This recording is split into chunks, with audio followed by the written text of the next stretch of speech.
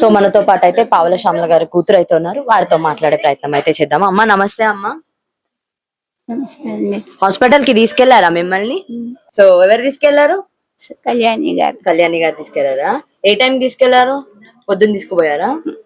ఏమన్నా డాక్టర్లు అక్కడమ్మా?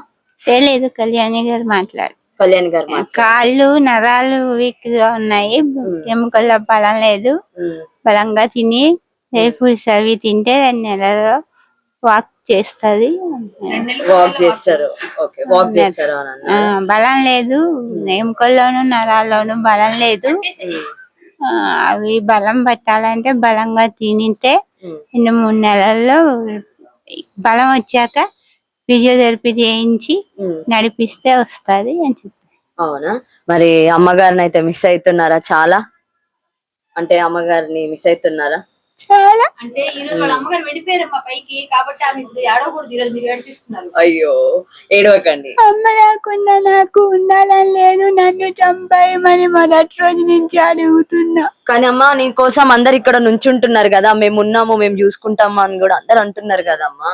ఇంకెందుకు, మంచిగా నడుస్తావని చెప్తున్నారంట కదా డాక్టర్లు. అమ్మ లేకుండా బతకలేకపోతున్నా. మీరు బతికి ఇంకొకళ్ళని బతికేయండి అమ్మా, మీరు హెల్ప్ చేయండి. చచ్చిపోతా అంటారేంటమ్మా?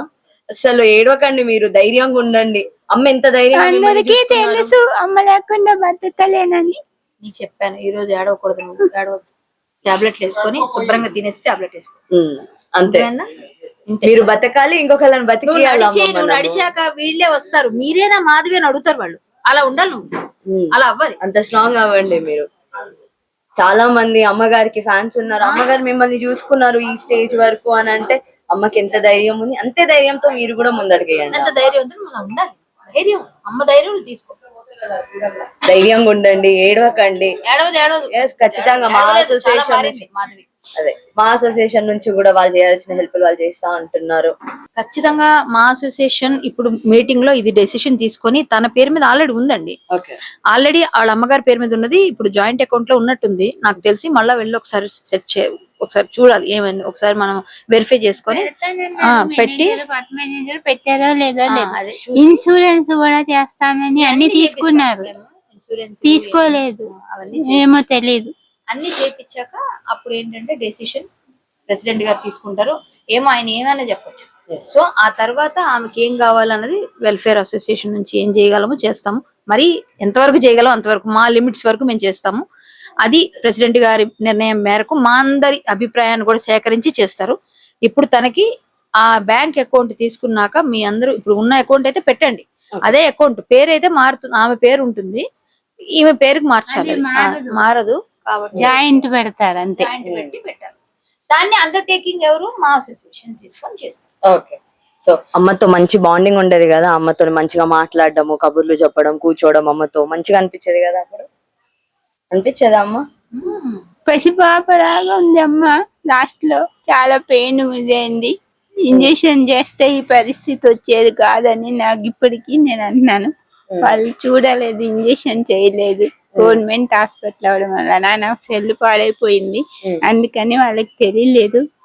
పెట్టాము, 2వ రోజే పెట్టాము. ఇక్కడ ఉన్నారు శ్యామల గారు, ఎవరైనా వస్తారా అని పెడితే పేపర్కి ఇచ్చాము, ఎవరు స్పందించలేదు. రాలేదు, మీ అమ్మంటే ఎవరికి లెక్కలేదని చెప్పారు. అక్కడ రాదంట, అది ఊరవతల హైదరాబాద్ కి దూరంగా ఉందా గవర్నమెంట్ హాస్పిటల్.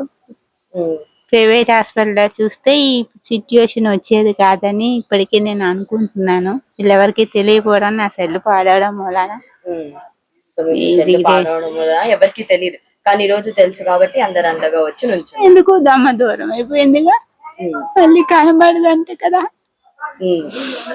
ఏడవకండి అమ్మ, ఏడవకండి, స్ట్రాంగ్ గా ఉండండి, మీకు మంచి జరుగుతుంది ఖచ్చితంగా. ఈ రోజు వీళ్ళందరూ కూడా మీతో పాటు నిల్చొని ఉంటున్నారు, ఉంటామని కూడా చెప్తున్నారు కాబట్టి మీరు ధైర్యంగా ఉండండి.